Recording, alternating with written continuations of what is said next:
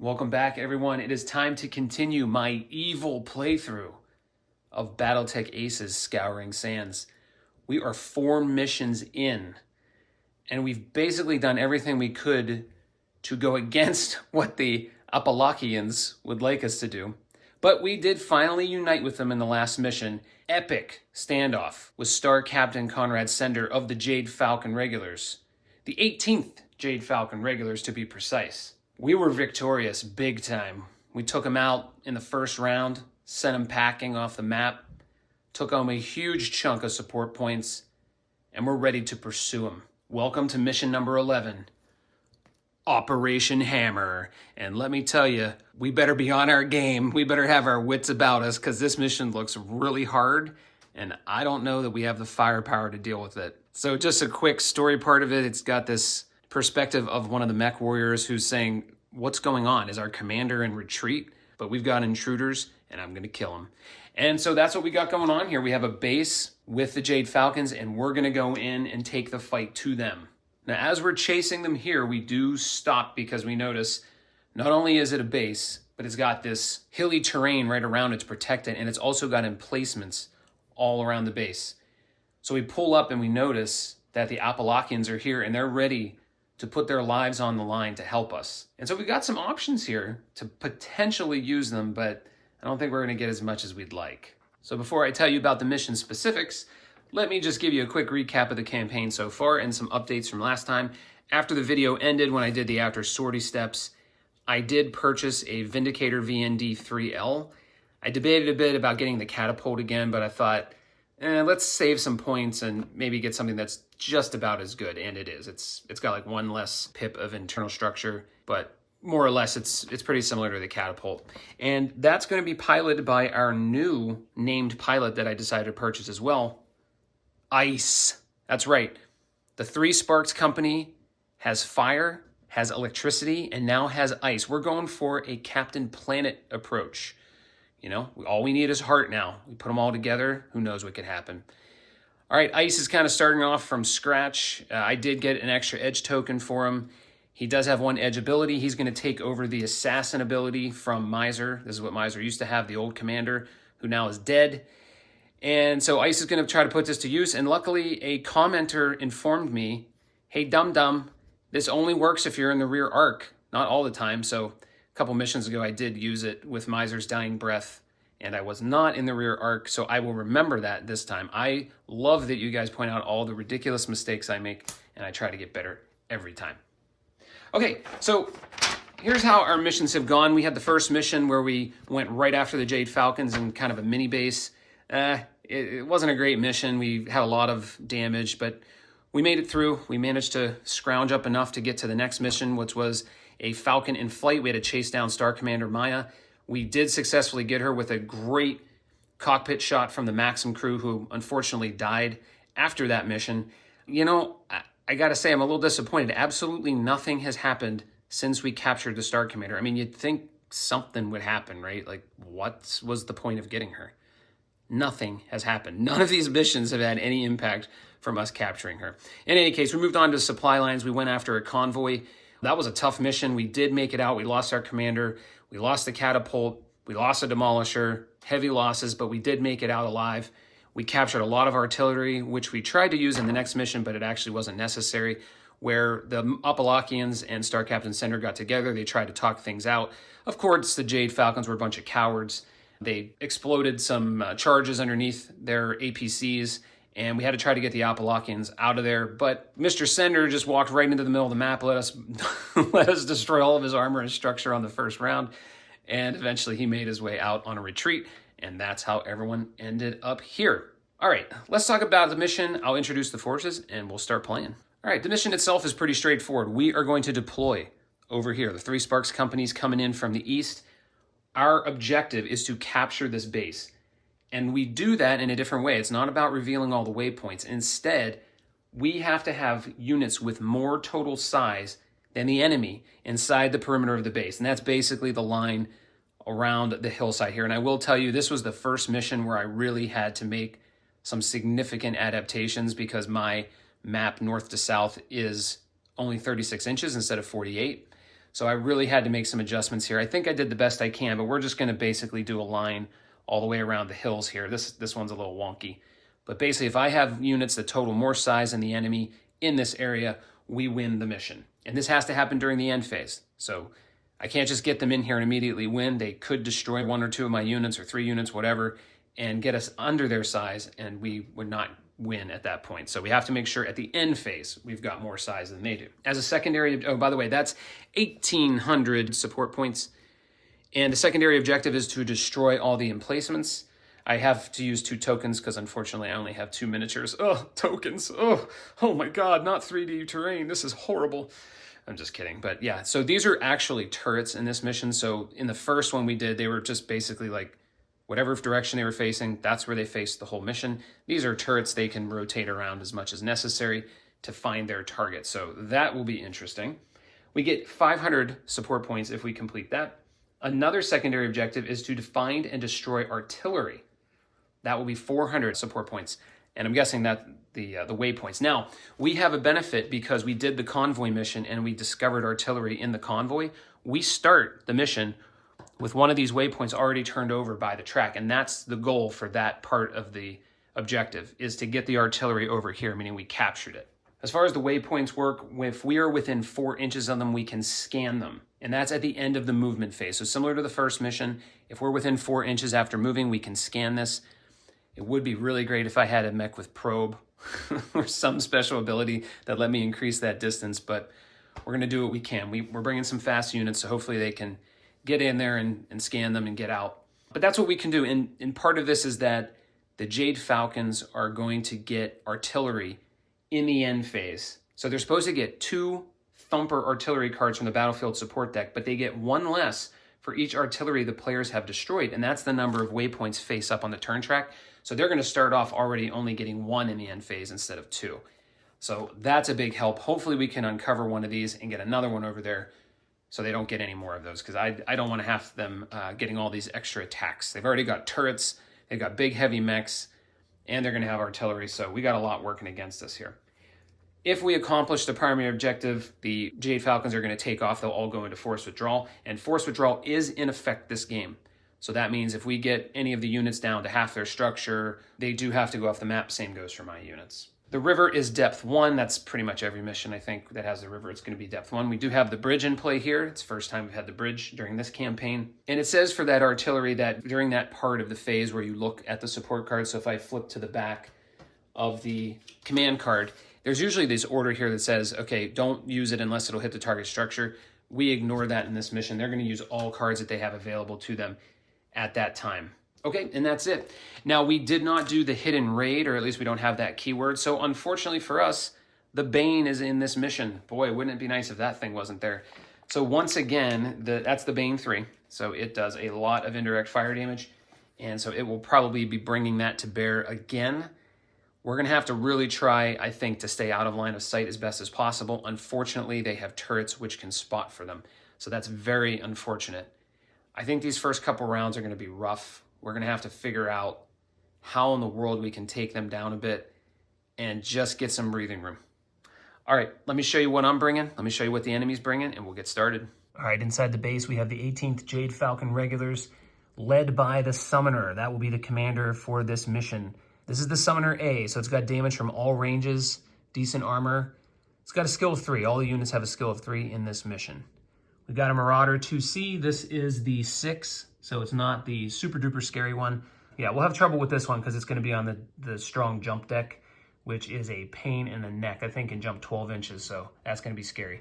Got the Locust 2C. This is the one that does 5 damage from short and medium. I double and triple checked it because I've screwed that up in the past. We got the Bane 3 with the insane 8 damage from all ranges and indirect fire 7. Yikes. We've got the Rifleman. This is the C3 variant, so it does pretty good damage, but it cannot jump. But it's got pretty good armor. I think it can overheat, so these guys are going to be tough. And then, of course, as I mentioned, we've got the 4 emplacements around the base. So I marked them with dice, and I marked them on the cards just so I can remember which one is which. We got 2 on the east. We got 2 on the west, so they got us covered from all angles. Going to be very difficult to get inside this base. Here are the cards. We got 4 medium emplacements. They've got 4 armor, 4 structure. They only do 1 from all ranges, so it's not like they can do a lot of damage. The problem is they can spot. That's the real kicker. So we have to take them out, and that takes a lot of damage. There's the Bane, tons of armor, tons of damage, not much movement. Locust 2C, Summoner, Marauder, and the Rifleman. All right, here's the 3 Sparks Company. They're bringing almost everything they can. The only thing they left out is the Skulker, just because I don't think it would do almost anything on this mission. And we're going to need at least 1 unit to do the next one if everything gets wiped out. We've got about 250 point value, I think. Might be 277, I think, after I added the Vindicator. But that's what we're working with. And the mission calls for 360, so this is going to be really, really interesting. In the middle, you've got Ember, the commander, in her Blackjack BJ2. She has a skill upgrade. She has a skill of 3 now. That's going to be huge. So she's been unbelievable in this Blackjack, so she's sticking with it. We've got the Victor. It's got Steve. He's back from his injury, and he's ready to wreck some stuff, just like he did in the last mission. We got the new Vindicator VND3L, I think it was, and that's going to have our new pilot Ice. And by the way, I forgot to mention for Steve, I did get another edge ability for him. I got the Jumping Jack. So that lets him reduce his penalty for jumping if he gets within short range, I think. So he could jump into someone with short range and reduce his jump penalty. That's pretty cool. So we'll see if we can make some use of that. We got a Hunchback. We've got a Manticore. We've got a Clint. We've got a Pegasus. We've got a Condor. And we've got an LRM carrier. Shockwave is our vehicle expert named pilot. And we're going to decide if he's going in the LRM carrier, which he has in most missions, or the Condor, which might make more sense because that Condor is going to be needed to get in and out of that base and reveal waypoints. So I might put Shockwave there. But this is what we got. I'm not going to show you all the cards because I don't think you're going to memorize everything. I'll show you them when they take damage or when they do something cool. But that's what we've got. We are hoping that this is going to be a really synergistic group. Is that the right word? And they're going to need to work together and coordinate really bigly to make things happen here. So let's get to the action. All right, we're ready to get started here. I have deployed. I hope you can see this. I'm going to do my best. It's tough to get the camera up to the right angle so you can see the whole map without showing you the disaster that is the rest of this room. But I think what I'm going to do is I'm going to put my jumping mechs up here. So I got the Victor, the Blackjack, the Clint, and the Vindicator in the northeast. I've also got the LRM carrier there because this is more protected as far as the enemies. They're all the way in here, so they've got more distance to travel this way. So I do want to keep these guys in cover as much as possible and then use their jumping, hopefully, to get in here. I think I'm going to have to be really, really patient in this mission.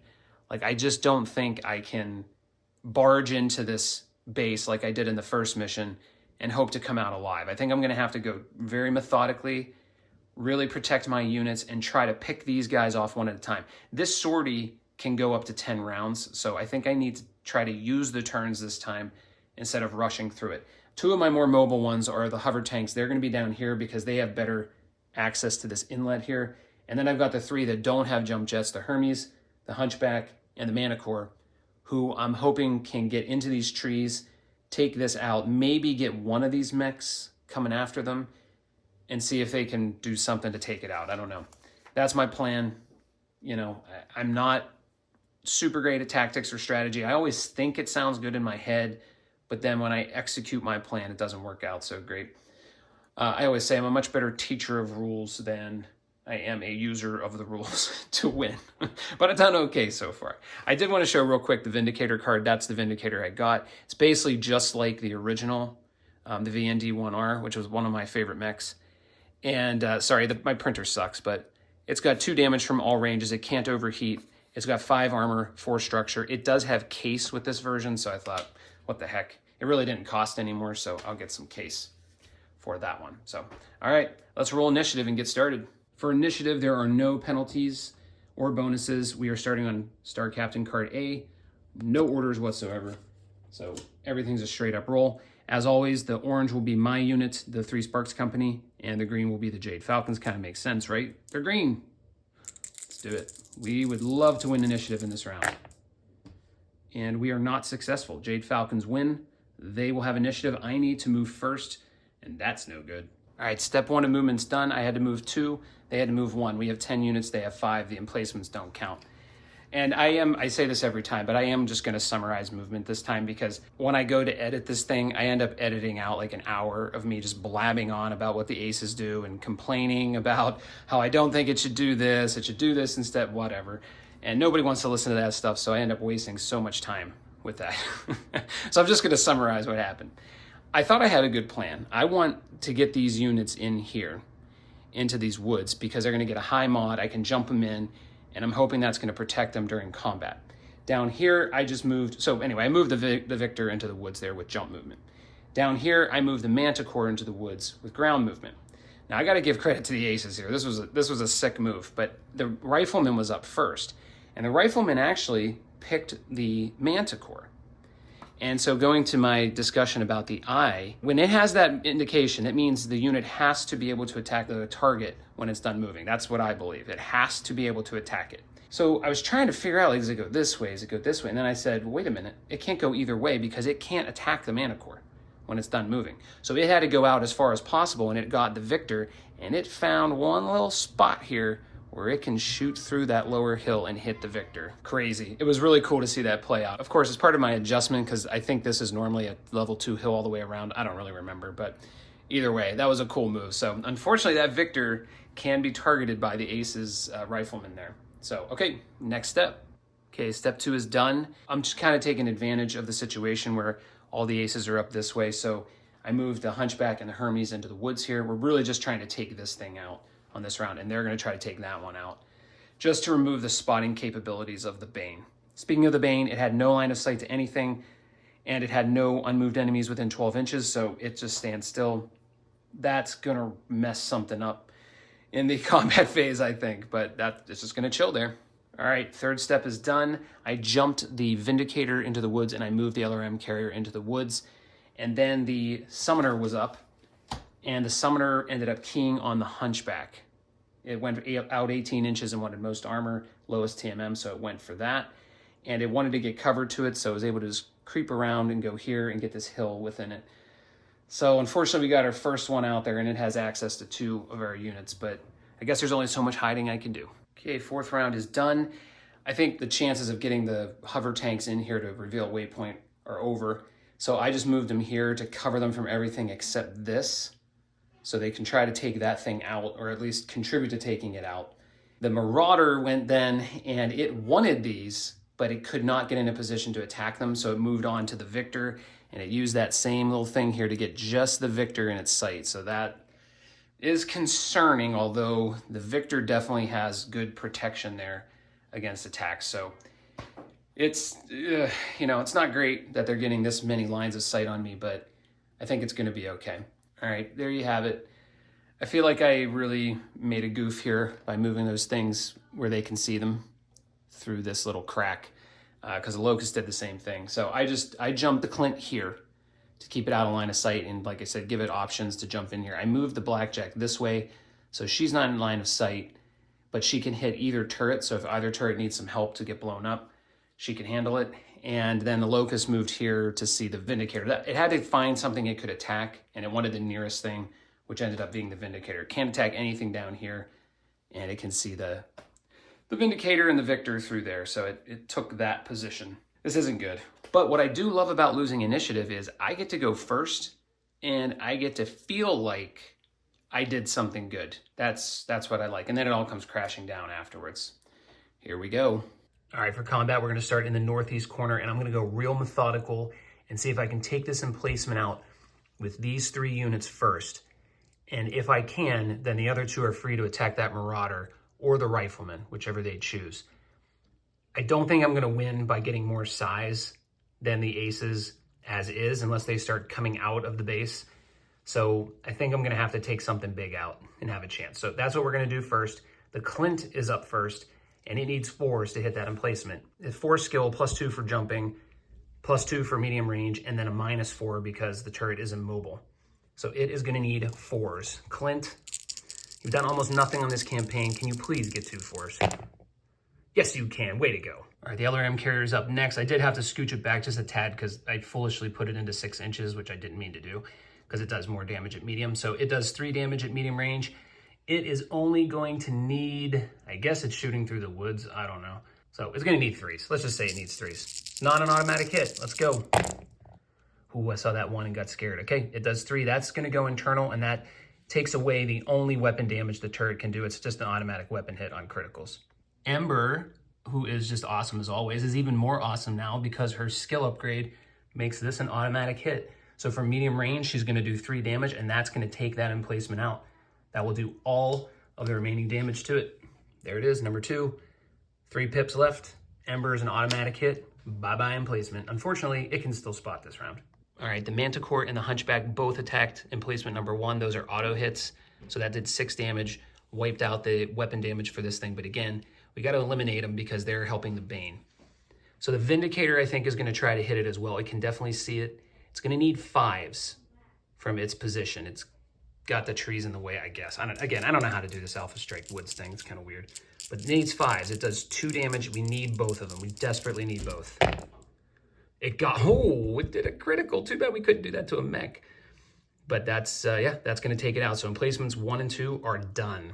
We are halfway to our bonus objective. All right, this is going according to plan so far, and it's a thrilling round of combat for the viewers, of course. The Condor, the Pegasus, and the Hermes all get automatic hits on emplacement number 4. Unfortunately, they can only do 7 damage, so they can't quite take it out, but it only has 1 pip of internal structure left, so yay. I wish we could get 1 more. I might think about whether that Victor can get to it. All right, Steve in the Victor can't see the 4th emplacement, unfortunately, because that little building's in the way. That's sitting on top of the big building. Can't do it, but he has a clean line of sight to the Rifleman, which is way in the back there. The Marauder has partial cover, but the Rifleman does not. So he's going to take a shot at that. It's going to be 9s, and he can do 4 damage. He also has an edge token, so if something really good happens, maybe he can get something done here, but 9s are going to be tough. Steve, can you impress Ember? In our last mission, everyone was trying to impress Ember. They were going out of their way to win her affection. Steve, we know you're not a great weapon shooter. You've missed a lot. Much better physical attacks, but let's see, man. Can you get a couple 9s for us? Yes. Well, 1. Ooh, and I got 2 8s, so I could potentially bump one of those, but I don't know if that's worth it. It's going to be a long mission. Yeah, that Rifleman's got a lot of armor. I'm not wasting an edge token this early in the game. All right, well, I don't know if this is genius or stupidity, but the Bane does have line of sight to the Victor now. It can see through that same little chasm that everything else can see through. So once I moved it in there, it actually did have something in line of sight. It did not at the beginning. So that means it's going to make a direct fire attack. So I'm going to have to find another pair of dice because I need to get 8. So that could work out because from the turrets, it would get an additional -1. And it won't get that now. So, could work out for us. Man, some of these shots are hard to get. But the Rifleman moved in position to get the Victor. It has the Vindicator or the Victor now.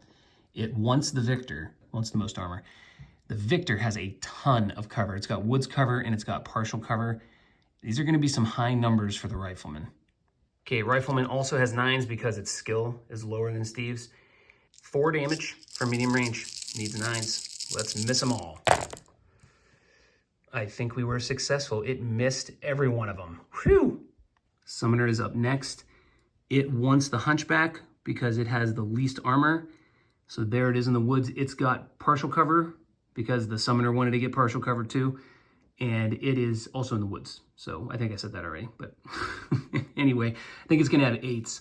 Yeah, gonna have 8s, and it is 4 damage for medium range, just like the Rifleman. All right, here we go, 8s. Let's see if we can get lucky again. I am bringing in the green dice for the Jade Falcons. They're lucky dice. Hopefully it's very unlucky this time. 8s. Ooh, they were not unlucky. It got 2 damage onto the Hunchback. Marauder's up next. It wanted to get position only on the Victor. It's closer to that rock, so Victor doesn't get partial cover this time. Uh-oh, gonna be 8s. 5 damage for medium, needs 8s. That is garbage rolling, and Steve escapes again. All right, we're gonna chalk this up to pure genius on the part of the new name pilot Ice. Got in line of sight to that Bane in long range with a high modifier. This is going to be a tough shot for the Bane, but it does 8 damage. Okay, these are going to be 10s for the Bane. This is tough. The Vindicator has jumping movement in the woods, partial cover, and long range. 8 dice coming in on 10s. I think I have 8 dice. I'm doing the best I can here. There's a lot of dice. Needs a 10. Oh my God, it got a critical. And it got another 10. I think that's all it got. I think it got 2. Uh-oh. Luckily, that is a named pilot, so if anything super bad happens, we can re-roll it with edge. But yeah, how'd that go last time I tried that? We ended up with a dead commander. This Bane can kiss my you-know-what. All right, critical hit coming in on the Vindicator. 10. That is a fire control hit. This is the exact same position I was in the last time. That is bad. I mean, that's okay. You know what? I'm just going to take it. It's the Vindicator. It doesn't do that much damage. I don't think it's worth killing my pilot again. I'll just use it to capture objectives. Locust also going for the Vindicator. Ice is getting a rude welcome from the Jade Falcons and to this mercenary company. But the Locust does 5 damage. It's going to be 9s again for the Locust. 9s. At least the Vindicator has good modifiers. 9s. That is nothing. Ooh. I'd say, all things considered, we're getting real lucky here. All right, emplacement number 1 wants the Hunchback. So emplacements have a skill of 4, but they always stand still. So it's basically like they have a skill of 3. So it's going to be 7s to hit the Hunchback. Only does 1 damage. Gets it. All right, emplacement number 2, going for the LRM carrier, lowest armor, which is only 2. You can't see the Hunchback. So, okay, it's gonna have the same thing, 7s. Got it again, does a motive hit to the LRM carrier. Oh my God, that's gonna cut its movement and TMM in half, which means it has no TMM now, and it's gonna basically just sit still there until it dies. All right, turret number 3 can only see the Blackjack, way over here. So it's gonna have 9s. Nah, missed that one. All right, and finally, turret number 4, also gonna go for the Hunchback because it wants lowest TMM and lowest armor. It is gonna need, I think, the same thing. Yeah, 7s. Come on, Hunchback, you gotta miss something here. Oh, phew. All right, here's how things are looking. On the Aces side, we only got the 1 pip on the Rifleman, but we didn't really attack any of their mechs, so no big deal. Emplacement 1 is gone, emplacement 2 is gone, emplacement 3 is fine, and emplacement 4 has 1 pip left, so we did a nice job on those emplacements. Here's our units. Ice took 2 pips. I need to mark that fire control hit, but took 2 armor pips. The Hunchback took 3. The LRM carrier took 1 plus a half motive hit, so that's not good. And the Victor, Steve, walking through fire, gets lots shot at him, but nothing hits. All right, end phase, I cleaned up all the dice. I marked the Vindicator with a fire control hit and the LRM carrier with a motive hit. And now the Aces get a Thumper card, which they can use next round. So I'm gonna add that to their repertoire. And then we're gonna see if anything changes here. Enemy has in one of your units rear, nope. Any enemies with no armor, nope. Lost the most PV, nobody, well, do you count the emplacements? I guess you would, yeah, you count the emplacements. So we're gonna go to card C. There we go. So we've got something about crippled units using force withdrawal. Not gonna matter on this round, I don't think. Well, no, it definitely won't. Nobody's in force withdrawal. So that's what we'll use for the next phase. Let's go ahead and roll initiative. I think it'd be great if I won. I'm wondering if I can abuse the Bane if it goes early that same way. Like get it to stand still or something, or move in a position for indirect fire, but then move something into its attack range. All right, let's do some initiative for round 2. Aces are gonna get a penalty for winning initiative last time, so they got a -2. There are no command card orders for initiative, so yeah, that green are getting a -2. That is a tie, so 8 versus 6, they get a -2, so we tied. Come on, can I get a good roll here? That looks good. I think that's a tie again. I'm gonna call that a 5, so that's 9 and 11, so it's another tie. Ooh, this is exciting. This is an exciting initiative round. And I got a 9, they got a 7, so the Aces lose. They have to go first, which is good for us. And we need to think about our strategy now. This is a bit of a mess, but if I can start to funnel these guys out this way and sneak around the back this way or this way, can maybe make something happen. It's not gonna be easy, that's for sure. All right, I really don't want to talk about Aces cards too much. I've beaten them to death. But this is a weird one. The Marauder's going first, and it has to go to cautious movement because nothing has moved yet. It wants to jump, and it's using the nearest target, which would be the Clint behind this wall, or this hill. And its first priority is to get 18 inches from the target, which I probably could do if I jumped it this direction. It can go 12 inches. It's probably about 6 inches from it. So it could jump in this direction. The second priority is, if not sprinting, be able to attack the target. So how do I do this? Do I make it go 18 inches away? Because I feel like this 12 inches, if I went back that way, yeah, that would definitely get it to about 18 inches. I could also jump it on top of there. The problem is it can't, even if it goes up there, it can't target. This way it can't target. But I guess the question is, do I honor this instruction first and try to get 18 inches away? I could bring it down this way. I wouldn't be able to get 18 inches away, but I would be able to target it. But then I feel like I'd be in the back of all these units. This is a real tough one. I'm gonna have to think about it. All right, that's where I decided to move it. I had to basically either go this way or that way to get it to 18 inches. I don't know. I really don't feel great about it. All right, I changed my mind. I'm gonna put it there. That just seems dumb because I'll definitely be able to get everything out of the line of sight. This at least protects the objective for the Jade Falcons. It does put it in position to attack here or here if we come that way. And yeah, I mean, maybe it can't necessarily see anything at the end of the round, but I feel like putting it up there I don't know. It's just not doing anything. So it's still 18 inches away. It's not in the water. I think it says to avoid water. So I think I'm going to go with that. Let me know what you think. I did my movement. I moved the Pegasus right here. Going to use that to give this the last pip it needs to be destroyed. And then I held the LRM carrier exactly where it is. I'm trying to be real careful here because I want to see what some of these units do, and I don't want to give them an easy target. And I felt like if I moved the Hunchback anywhere, it would become an easy target to take out. So I'm just trying to play it safe. I am concerned the summoner is going to walk out, though, and try to kill the LRM carrier.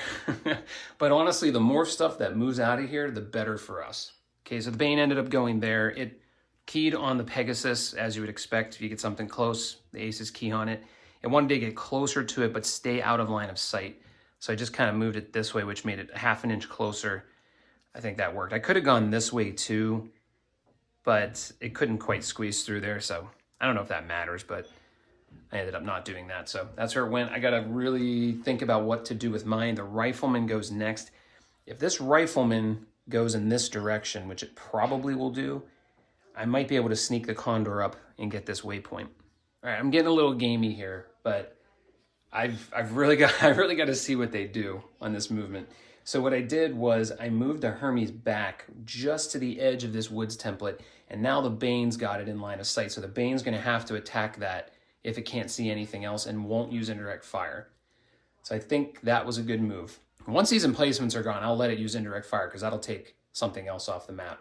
So it will have to attack that, and it's going to have probably not great numbers. I think it's more than 24 from it. Yeah. So hoping to do that. Manticore, I just moved an inch, kept it in the woods. I'm going to use it to cover this summoner. I'm really concerned about that one because it can jump, and I'm really worried about exactly where that's going to end up. So the Manticore is just going to cover that and give this something to target because it has a lot of armor. Something's going to get hit by this summoner, unfortunately.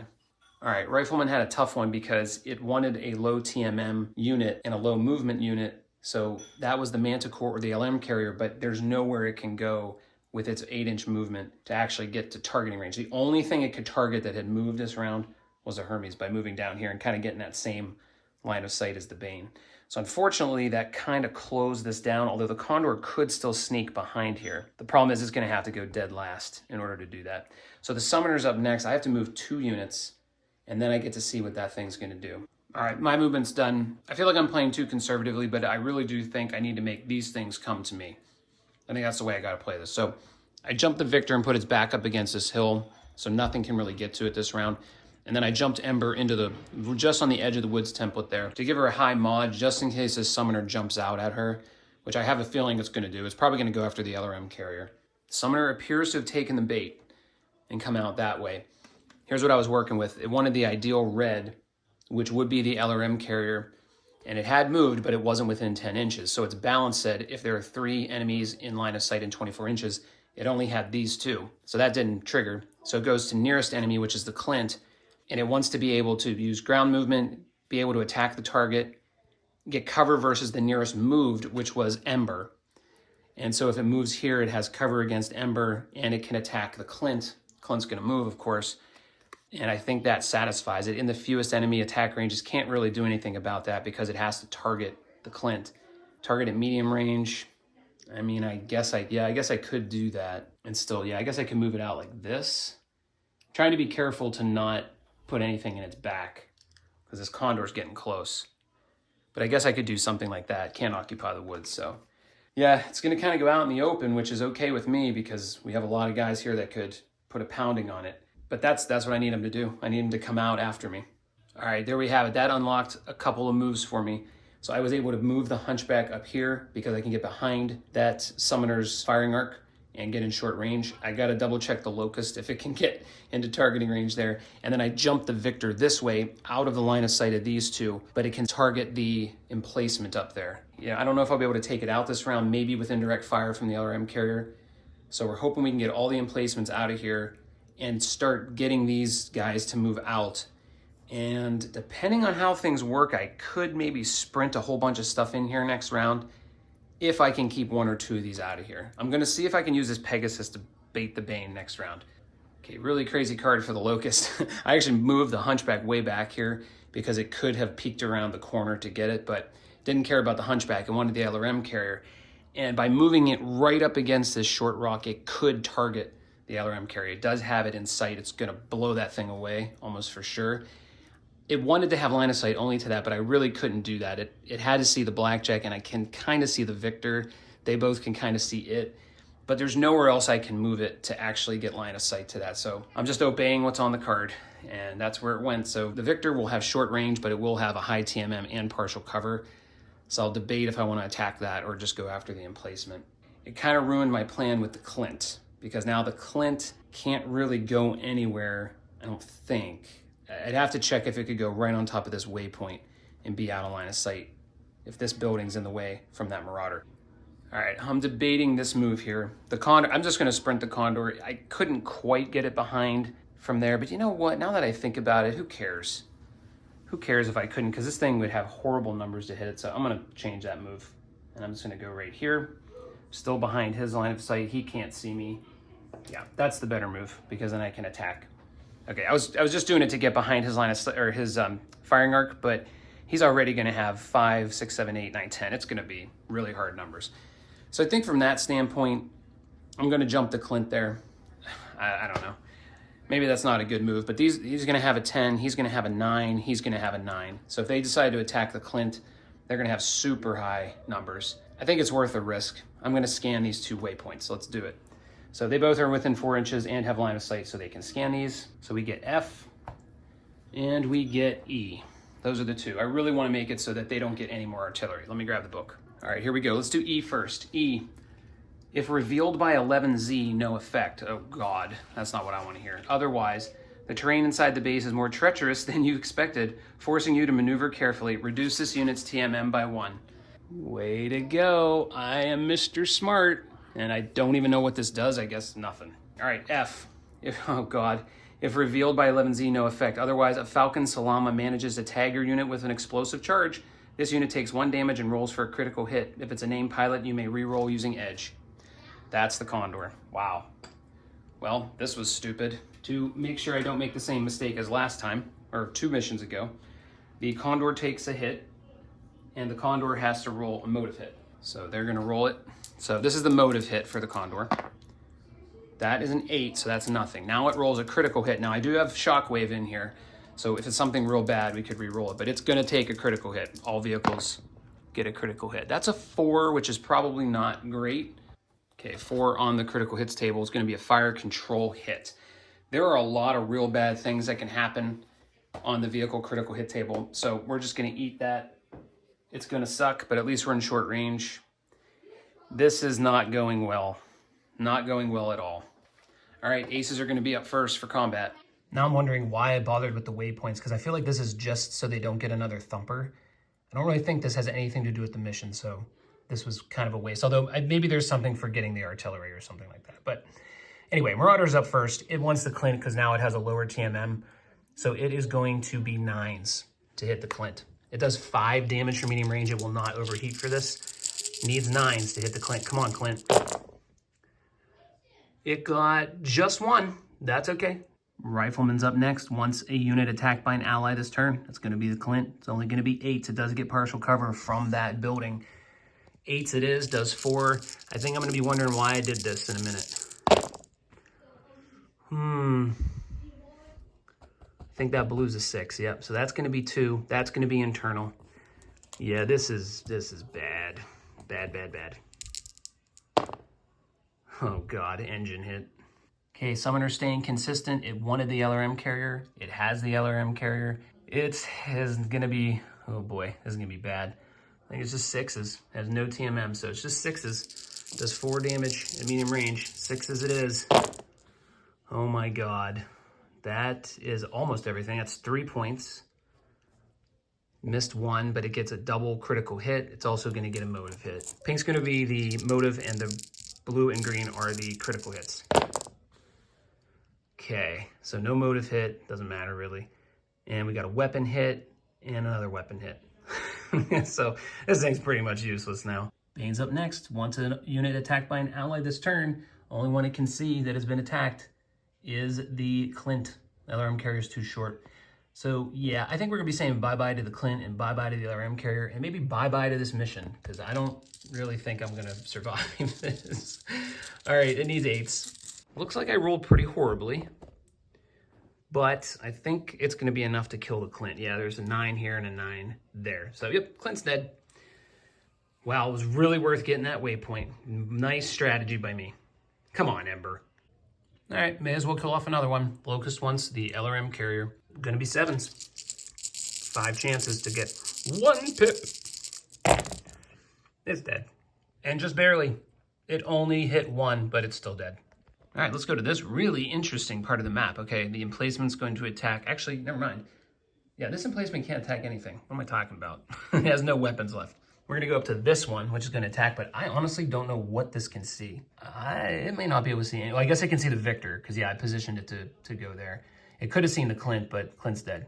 So yeah, it's gonna attack the Victor. Coming in on the Victor, needs an 8. It fails. All right, there's the damage to our side. LRM carrier and Clint are both dead. They did soak up a lot of damage from these units. I mean, the Clint took 8 rolls and they only took 2 pips away, so I guess that's not bad in terms of trading off, but that's not what we're here to do. We need size. And the Condor took 1 pip from the waypoint, thank you.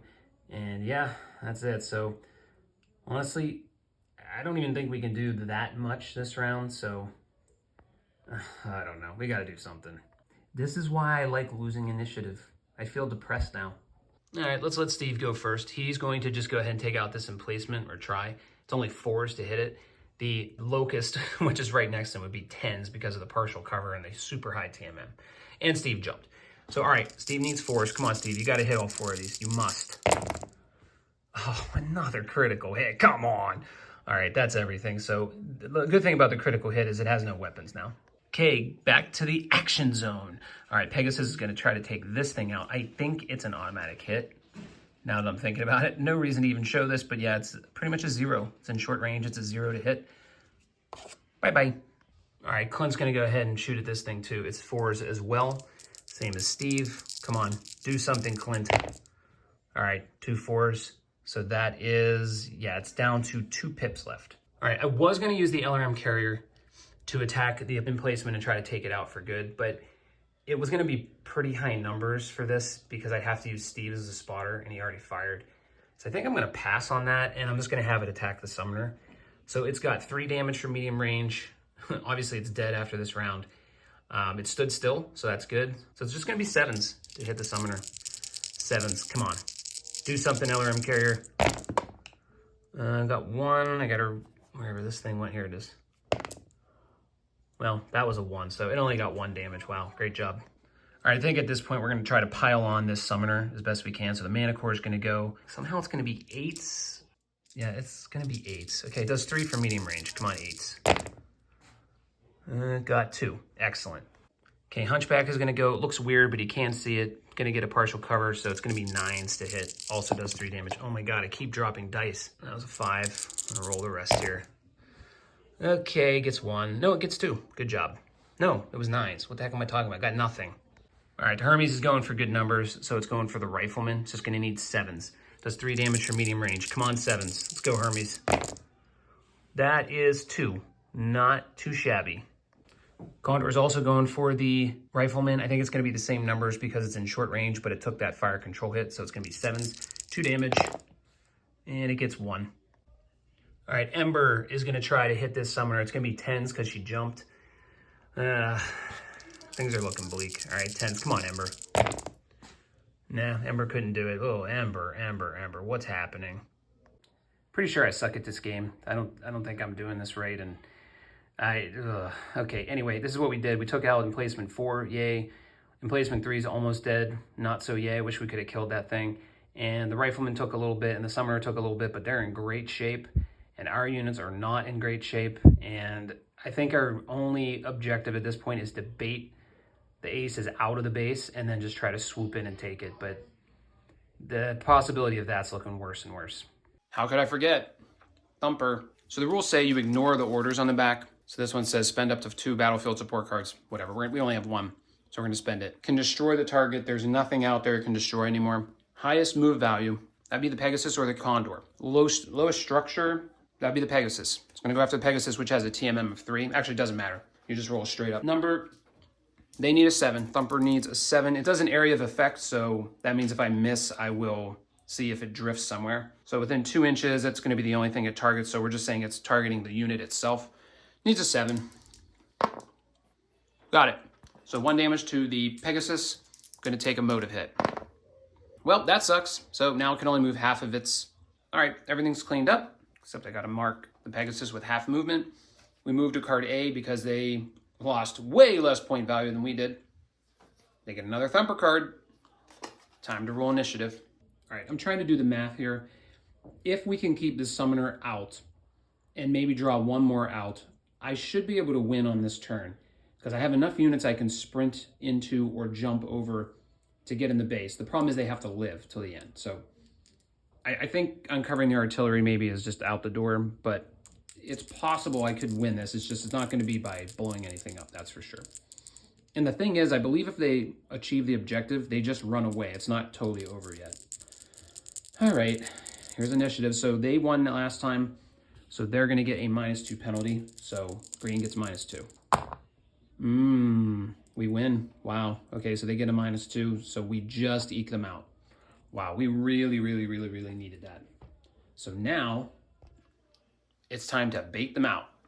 Okay, we're getting super lucky on this first one.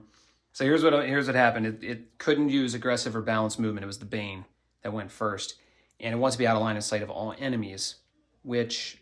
I guess it would have to move out of here because I think it could see the blackjack. Let me double check that. Yeah, it does have to go here. The Condor can see it over this building. It's so tall that it can actually see that. So technically to get out of line of sight, it's going to have to go there. It really can't go anywhere else. Anywhere forward, the Condor can see it here. The Hermes can see it here. So even if it's shuffled this way, the Hermes can still see it. So technically it's going to have to go behind here. So that is huge, because that gives us the ability now, if that Summoner stays out, they've only got 8 size in here. And we've got the Vindicator, the Victor, Condor, the Manticore, and the Hermes that can all race in here. And if they can survive, we could potentially complete the primary objective. I don't know how much of them will survive after that. They might get blown away, but it's possible that we could do this. All right, movement's getting real hard now. I moved the Hunchback here. The Hunchback's just fodder for the Summoner now. I just want to try to keep the Summoner out of here by giving it something to key on. Ember jumped over again into the woods here to get a better line of sight in this way to basically give these something to shoot at, although I don't know if she can bait the Locust out of the base or not. I don't know. That'll give them something to think about. I considered moving the Pegasus here to try to draw them out, but I might need the Pegasus to jump in there, depending on how things shake out. So I wanted to move my units that can't get into the base this round.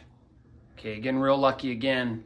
The Marauder went next. It wanted the Hunchback because it has the lowest TMM and the lowest armor, and it needed to be able to attack it, and it could. It was able to use aggressive movement. The ideal red has moved. That is the Hunchback, lowest TMM, lowest armor. And the unit can move within 12 inches of it. It was 23 or 22 inches away, so with 12-inch movement, it could technically get within 12 inches of it. So what it wanted to do was go out, and it picked up the Blackjack and the Hunchback as the only moved units. The Hunchback's better on the red list, it wants to jump and be able to target the hunchback. And the only place I could figure that it could go, and I could remeasure, it can't quite get onto there, but it could get onto here. And if it gets here, it can see the hunchback. And so that takes it outside of the canyon, or whatever you call this, the hills and the base. If it's outside of that, it's not counting toward the size. So that means it's out, and right now they only have 4 inside of the base. So we are really making out here. All right, there's my movement. Steve's doing Steve things. He's gonna leap into here. I know the Locust and the Summoner can get to him. He's hidden from the Bane and the Marauder and the emplacement, so he can't even be spotted. So if the Summoner and the Locust come for him, you know, he can take it. It's gonna be, I think, a total of 9, but he can take that. Rifleman won't be able to get to him. So we got him in there. So that's 4 of our weight or size or whatever in there. The Pegasus, I don't think I need it anymore, so I scooted it this way. I can get a rear shot on one of these two. Not like it really matters, but that's what I did. So the Rifleman's up next. I don't really know what it can do because it's going to take almost all of its movement to go this way, but it may try to get to the hunchback and it might try to cross this river. All right, aces are making it easy on us. The hunchback is successfully baiting almost everything.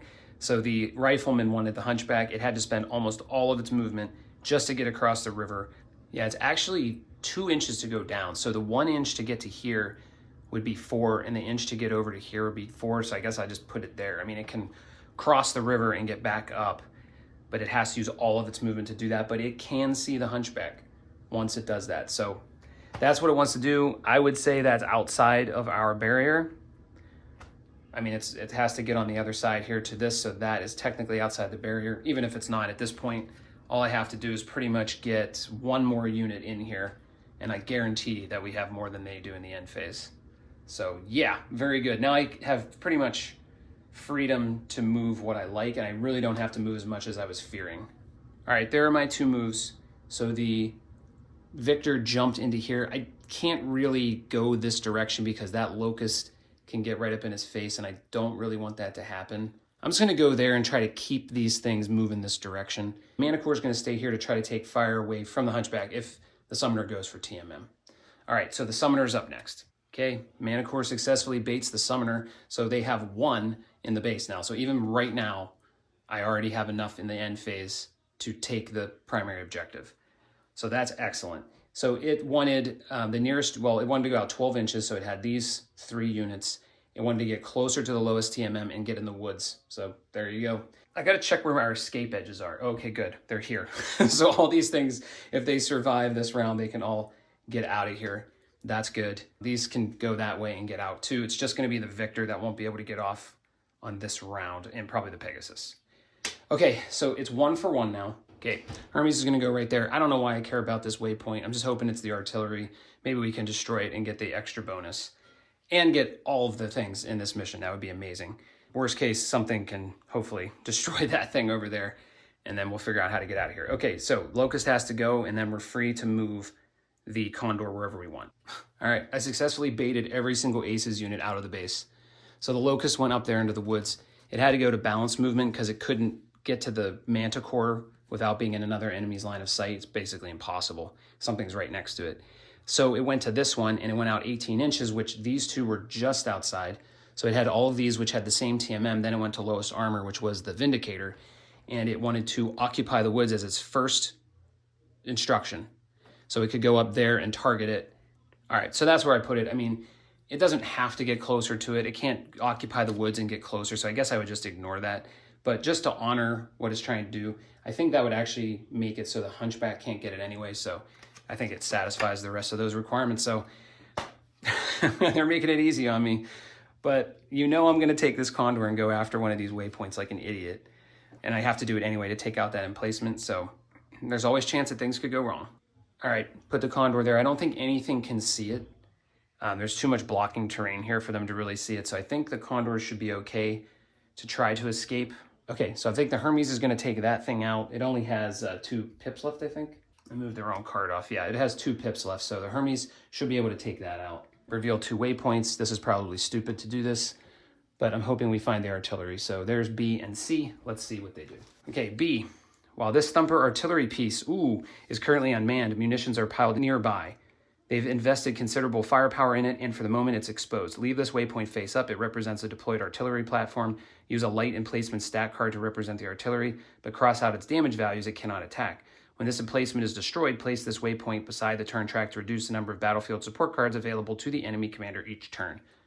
Okay, so I guess that's what I'm supposed to destroy. Okay, C says your advantage in the main Jade Falcon base raises morale. This is what you came to do. Choose a named pilot to gain 1 edge token for the rest of the sortie. I've been totally forgetting about edge, but all right, let's get into combat. All right, I was looking at the Bane card. Looks like I baited it again. It can actually see the blackjack, so it's not going to use indirect fire. Marauder is up first. It wanted the Hunchback. It's got the Hunchback. Hunchback's got some partial cover and woods. It's going to be 10s for the Marauder to hit because it jumped, so big numbers. Got so lucky with these aces cards this round. All right, 10s to hit this Hunchback. It did not get anything. Rifleman. Once a target attacked by an ally this turn, that will be the Hunchback again. Has much better numbers. It needs an 8. I guess it's not that much better, but it needs an 8. All right, 4 coming in. Got 1 of them. All right, this Hunchback is loving life. All right, Bane can only see the blackjack. Horrible numbers. Needs 11s. Long range. Blackjack jumped in the woods. Has partial cover. This is just awful. I'll tell you what. This is a new strategy. You let the missile boat move into a position where it doesn't have line of sight to anything. Then move something in to line of sight and make it attack, and you can control the number. All right. Needs 11s. Ooh, I see a lot of 6s, but I don't think it hit anything. A lot of 6s that aren't paired up. Boy, that's bad. Yeah. Doesn't hit a single one of them. All right, Summoner wants the lowest armor. Even though it's right next to the Mana Core with a lower TMM, it wants the lowest armor, so going for the Hunchback. I think the Hunchback can just take it. It does 4. Actually, it's in short range. Only does 3 in short range. I got a drop of dice here. Okay, so it's going to be, oh God, it's going to be 5s. Oh my God. My rolling is so bad. I'm getting so lucky in all respects. Welcome to the Team Ice. This will only hurt a little bit. This is going to be 6 damage coming in the rear, no cover. It's just 5s. But the way I've been rolling for the aces, maybe they'll miss all of them. Or, oh, they did. Oh my God, they missed 2. So that's 4 damage. The Victor can take that, or I'm sorry, the Vindicator can take that, but it's going to be a critical hit. And we've seen things happen, but we do have edge to re-roll. Again, you know how lucky I am with that. Here's the critical. It's an 8 weapon hit. We'll take it. There you go. That's it. That's the extent of what the aces did. Took all the Hunchback's armor, but they wasted just an insane amount of damage potential on that. And then the Vindicator took 4 pips, took a weapon hit. A-OK, can still sprint off the board next round. All right, Hermes has nothing to shoot at except that emplacement. It's an auto hit. So bye-bye emplacement. So there we go. We locked up that bonus, knocked the Bane over. Kind of summarizes the Aces' performance in this battle. They pretty much had it in the bag, I thought, and then their cards made them do stupid stuff, and now we're going to win. Okay, so that's the Hermes. Emplacement's gone, and I got to think about what I want to do. If there's anything I can do. Most things have moved out of line of sight. I mean, I got a couple little things I can do, so we'll take care of that. All right, Mana Core is going to go first. It does 3 damage from short. It's just going to need 5s. Come on, Mana Core, let's do it. Stop the bad rolling. Ah, another bad one, but that's 2 damage to the Summoner, almost in structure.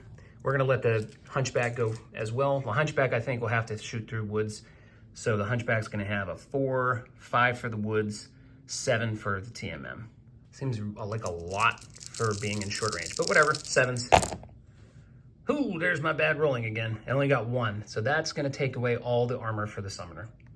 All right, Ember's going to take a crack at the Summoner.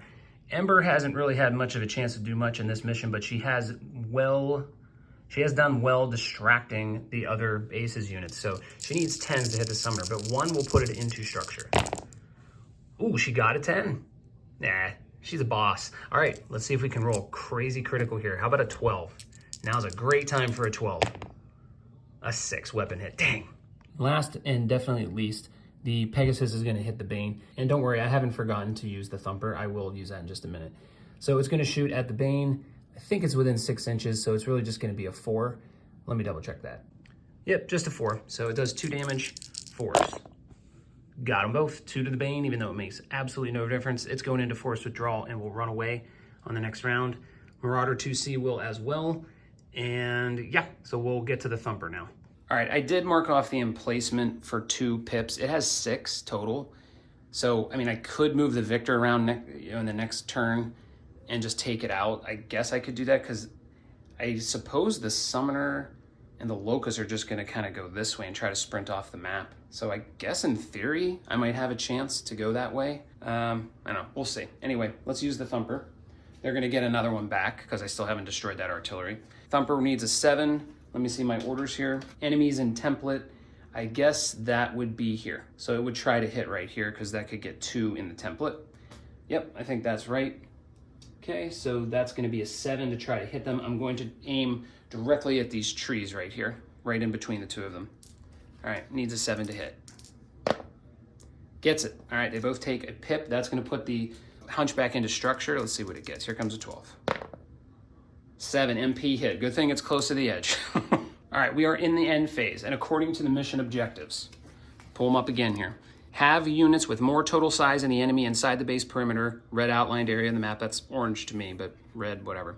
During the end phase, we obviously do. We're the only one, and even if you count the riflemen, we have much more size value than they do inside the base, mostly due to their stupidity in terms of moving. So we have completed the primary objective. They will move to card E. All of their units are in force withdrawal at this point. They will try to sprint off the map if they can. Otherwise, they'll just try to get closer to the edge, keep one of us in targeting range, and just try to plink at us as they run away. I can't get every unit off the map on the next turn, but I will do movement. I'll just summarize it because there's no point in cutting in and out. I mean, these 2 are, I think, can get off. I don't know if they're allowed to use jump movement. You know what? It actually says they can. Well, let's roll initiative on camera real quick. Well, I always do it on camera. I just mean I won't cut away. May as well just roll it. So I won initiative. Never change the track. So I won initiative, so I get a -2. Okay, they win. Okay, I did my first movement and I checked the escape edges, and I think this will help me, but basically anything west of the river is valid for the aces, and anything east of the river is valid for us. So these 3 are out of here. They're definitely gone. I don't think the Locust or Summoner can get off the map this turn, but I just sprinted off the Hunchback and the Manicore, so they're out. And so the aces will go now. All right, this is how things are shaking out. Summoner went here, really had nothing to key on, so it just used its full movement. It did have the Pegasus. No, it actually couldn't see it. So it just had to use its full movement to go this way. Couldn't really do much else. I decided I am going to swing these around, and I'm going to take this thing out, because what the heck. So we kind of hit ourselves so that the Locust coming around, it could try to peek out this way, but the force withdrawal card says cover versus as many enemies before target an enemy. So this gives it cover against everything, which makes sense. Why would it try to engage and be targeted when it doesn't have to, and it's just trying to get off the map? So that should be good. They both can probably get off the map next round, but we're going to try to take these things out. So I'm going to reveal this last waypoint. It's D. They weren't prepared for how large a force you brought to bear so quickly. So now where's the Star Captain? You win initiative the following turn. Oh, okay, cool. I guess you could reveal these waypoints if you sent a scouting party, which I could have done at the beginning. Might have been a smart move. Yeah, if you sent the scout force in, you could have gotten some of those waypoints and not taken the penalty from them. All right, so this one's fine. I win initiative next round, not that it matters. And we're just gonna attack. The only things that we can attack are right here, and that has 4 points, and the Victor can just take it out on its own. It's gonna be an automatic hit. So we get that. They do have a Thumper they can use this round, so they're gonna aim it at them. So I'm gonna go ahead and roll this. It's gonna be a 7. We've hit everyone so far. Oh, and I don't think that counts as a critical. I actually don't know. But we'll say the Victor and the Hermes both take a hit. That's too bad. We gotta pay to fix them now. So I think I'm just gonna wrap it there. The Summoner definitely will get off of here the next round, and then I can move the Pegasus. The Locust, I think, can also sprint. It only has to get to there. I don't know. I think it can get close enough. Anyway, it's going to be back there, and it can't attack me anyway. I'm going to sprint all of them this way, and we will be successful. We pulled victory out of the jaws of defeat on this one. That is just nuts that we actually pulled this off. I mean, I think we could have done it even... I mean, I won the way I had to win, which was to get the aces out of the base and then move in and try to take control. And I just didn't expect them to all move out on the same round. So, wow, did I get super lucky. I will say this is a fun mission, so I'm glad to have done another fun one after the last mission, which, I just don't care for that one, really. Again, no tension. There was plenty of tension in this mission, and that's what I'm looking for. So, yeah, I don't know if my strategy was genius or anything, but I feel like whatever it is I did eventually worked because the aces just cleared the way for me. So, yeah, let's do some after sortie stuff. All right, mission 11 in the books. Crazy comeback. Really thought we were in trouble in that round where we got the 2 waypoints and they both did bad stuff and got the Clint blown up. That was, oh man, I was getting worried there. I mean, definitely wasn't joking around as much as I usually do because I was legitimately worried that I wasn't going to pull that off. But thank you, Aces cards. All right, mission 11, primary objective complete, 1800. Other objectives, let me double check, but I think we destroyed all the emplacements and we found and destroyed the artillery. So that is another 900 SP. Get 100% of that. So that's going to be 2,700 total SP. We did not spend anything on reconnaissance. Now I'm glad we didn't. Although after I read that, I kind of forgot to go back and look at the reconnaissance because I saw it and I was thinking about it and then I just totally forgot and didn't go back to check it out. And I should have done that because that would have been worthwhile, I think, to uncover. I think you get to uncover how many. You may immediately reveal and resolve 2 of the waypoints. I think that would have been worth 120 SP. That could have kind of hinted me at, oh, these could be bad. Actually, I could have gone the ones that are good, or I could have found the artillery and I could have had an easier time just taking that thing out. Of course, they don't tell you how much artillery there is, but it turns out, I think it's 2, but we already had waypoint A, because we got the artillery keyword. So yeah, that would have been worthwhile, but in the end, I guess it didn't really matter. I don't think there's any waypoints that give us anything. Let me go and double check that. But otherwise, let's read the outcome and see what comes next. Okay, named pilots earn up to 100 SP each, so that could be 400 total. But this time, we're okay because I think we'll have that much. More than enough to give them.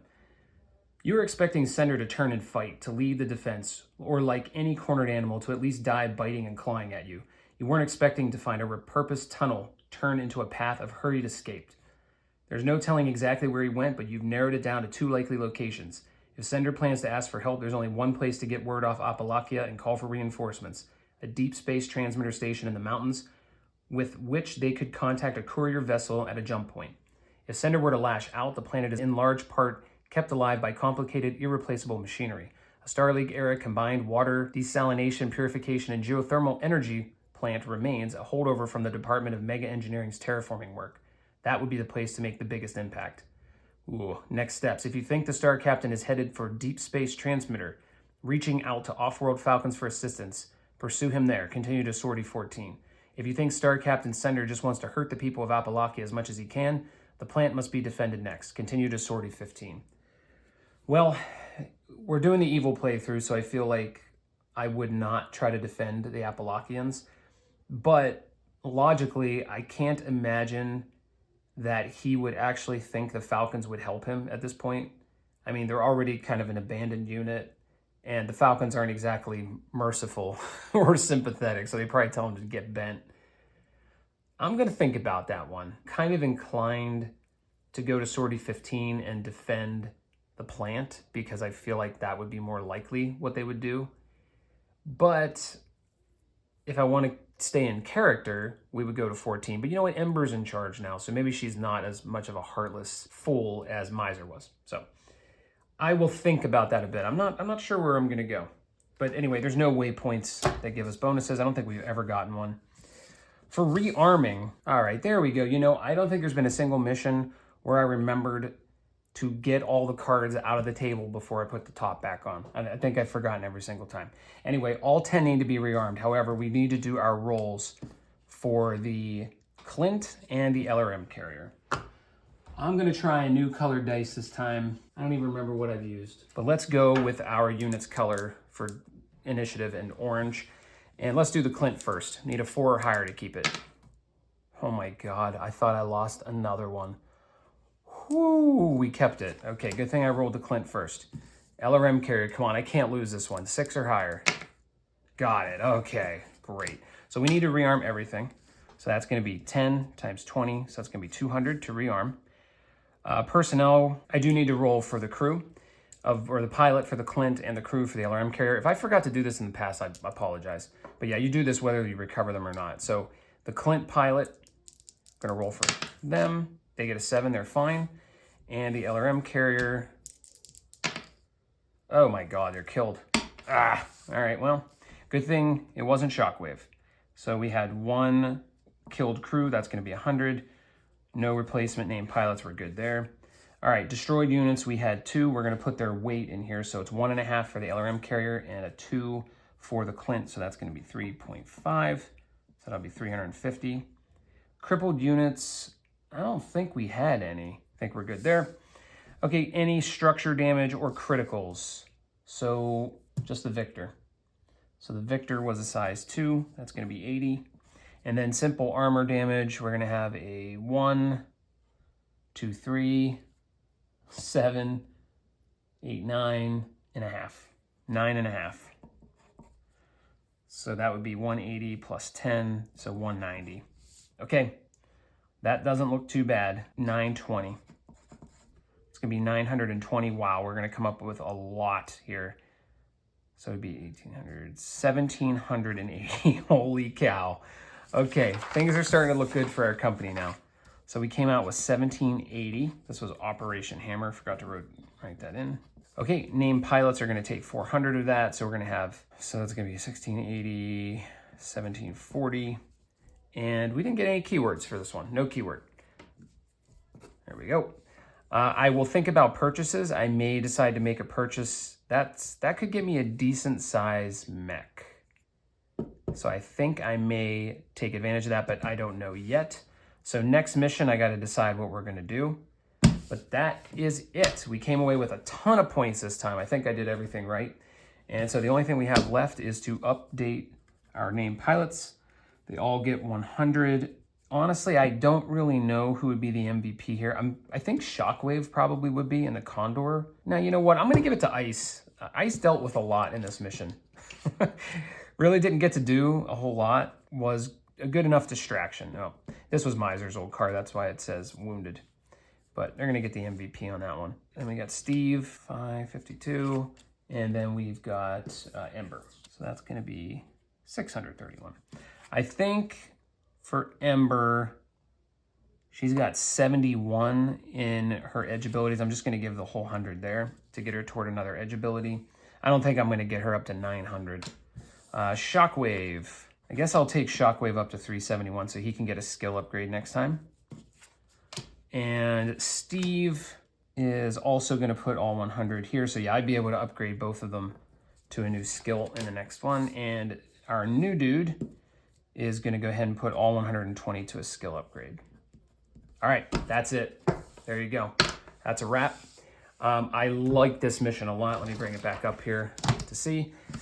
I thought this mission was awesome. Very tricky to figure out what to do in those early rounds. I went a lot faster than I thought I would. I was planning on really taking it very slow, just pick off the emplacements as best I could, and then try to bait them out of the base and then try to make my move in there.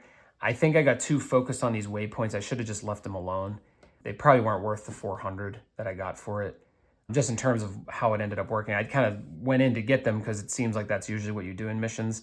And in hindsight, I should have just left them alone and just waited for my chance to sneak into the base. But I think we were successful with one piece of my strategy, which was bait the aces out because we just didn't have enough meat, so to speak, to overwhelm them inside the base.